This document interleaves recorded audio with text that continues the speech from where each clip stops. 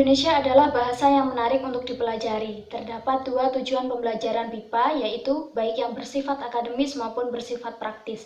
Tujuan pembelajaran BIPA yang bersifat akademis mengarahkan pembelajar BIPA untuk meningkatkan pengetahuan kebahasaan dan kesusastraannya. Sedangkan tujuan pembelajaran BIPA yang bersifat praktis yaitu mengarahkan pembelajar BIPA untuk kegiatan pertukaran budaya, peluang kerja, dan mampu berkomunikasi menggunakan bahasa Indonesia. Tujuan tersebut juga melatar belakangi peningkatan orang asing, baik untuk bekerja maupun belajar bahasa Indonesia. Dalam pembelajaran bahasa Indonesia terdapat 4 aspek keterampilan, yaitu keterampilan menyimak, membaca, menulis, dan juga berbicara. Keempat aspek tersebut perlu dipelajari atau dikuasai oleh pembelajar BIPA. Akan tetapi, pada kenyataannya hanya sebagian pembelajar BIPA saja yang mampu menguasai 4 keterampilan tersebut sekaligus. Dari 4 keterampilan berbahasa tadi, keterampilan berbicara adalah keterampilan yang bersifat mekanistis, yaitu harus dikuasai atau mampu dikuasai hanya dengan latihan yang berkelanjutan dan sistematis. Jadi, pembelajar BIPA diajak untuk mengalami kegiatan berbicara, baik dalam berbagai situasi dan tujuan berbicara. Keterampilan berbicara juga merupakan salah satu kompetensi yang wajib untuk dicapai oleh para pembelajar BIPA.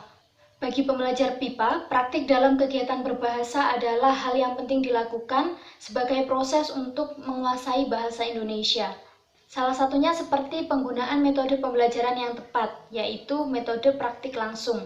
Pembelajaran dengan menggunakan metode praktik langsung ini merupakan upaya untuk memberikan kesempatan bagi pembelajar BIPA berkomunikasi secara langsung dengan penutur asli bahasa Indonesia. Proses penerapan dari metode pembelajaran ini juga dapat berlangsung di luar kelas dalam berbagai situasi.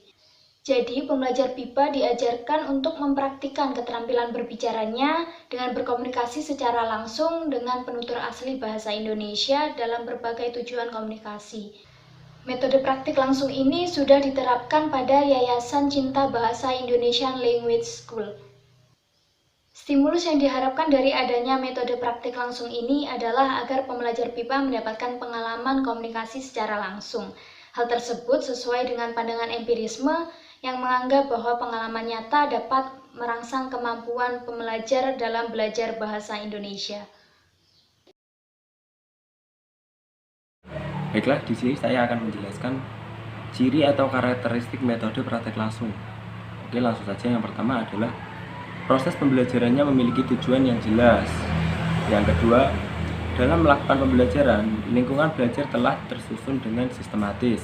Yang ketiga, materi yang akan disampaikan telah tersusun secara sistematis. Dan yang terakhir, nomor 4, adanya perubahan keterampilan dan sikap secara langsung dari pembelajar. Dalam penerapannya, guru dituntut untuk bisa mengutarakan informasi dengan memakai beragam media pembelajaran yang menarik. Contohnya, dengan memutar musik, film, multimedia yang interaktif, dan alat peraga.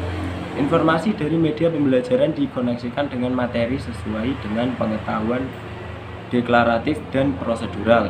Hauri dan Rilero menyatakan kelebihan metode praktik adalah sebagai berikut. Yang pertama, dapat meningkatkan keterampilan dan keahlian dalam berkomunikasi. Yang kedua, meningkatkan motivasi untuk belajar. Yang ketiga, mendapat kesenangan dalam belajar. Yang keempat, dapat meningkatkan cara berpikir sendiri berdasarkan penemuan langsung dan eksperimen. Metode praktik langsung. Terdapat komponen-komponen dalam perencanaan pembelajaran, yakni pertama, pengajar merumuskan alokasi waktu untuk setiap langkah pembelajaran. Guru harus menentukan secara jelas waktu yang digunakan untuk kegiatan pendahuluan, inti, dan penutup. Merumuskan dan membagi alokasi waktu merupakan perencanaan yang penting dalam kegiatan pembelajaran. Dengan merumuskan dan membagi waktu pembelajaran, guru dapat menghindari kekurangan atau kelebihan waktu ketika pembelajaran. Yang kedua yaitu materi pembelajaran yang termuat pada RPP. Materi pembelajaran yang termuat pada RPP perlu diuraikan lebih rinci untuk mencapai tujuan pembelajaran. Materi yang tercantum masih perlu diuraikan dan dikembangkan. sehingga uraian materi akan dapat mendukung pencapaian tujuan pembelajaran secara optimal. Yang ketiga yaitu guru perlu untuk mengembangkan penilaian yang dicantumkan pada RPP, karena komponen penilaian di dalam 2 RPP yang dirancang oleh guru hanya menggunakan teknik penilaian non-tes. Teknik penilaian non-tes merupakan teknik penilaian yang dilakukan melalui observasi sikap pembelajaran, dan hasil penilaian diperoleh melalui hasil penafsiran. Pada RPP tidak disertai rambu-rambu penilaian non-tes. Kemungkinan data mengenai prestasi pembelajaran kurang valid. Penilaian yang dilakukan guru sebaiknya dipadukan dengan menggunakan teknik tes tulis dan lisan yang disertai dengan rambu-rambu untuk mendapatkan hasil belajar. Baik, materi selanjutnya yaitu pelaksanaan kegiatan pembelajaran dalam menggunakan metode praktik langsung. Pelaksanaan kegiatan pembelajaran dengan menggunakan metode praktik langsung belum maksimal. Dalam penyusunan perencanaan pembelajaran, terdapat 3 komponen yang perlu dilengkapi, yaitu alokasi waktu, materi ajar, dan teknik evaluasi. 3 komponen tersebut berdampak terhadap pelaksanaan pembelajaran yang menyebabkan kendala dalam pelaksanaan pembelajaran. Pola interaksi belajar-mengajar sudah berlangsung multi arah. Jadi, kegiatan pembelajaran tidak hanya didominasi oleh guru, tetapi pembelajar juga berperan aktif dalam kegiatan belajar-mengajar. Dalam menyampaikan materi pelajaran, guru tidak menggunakan bahasa Indonesia sepenuhnya.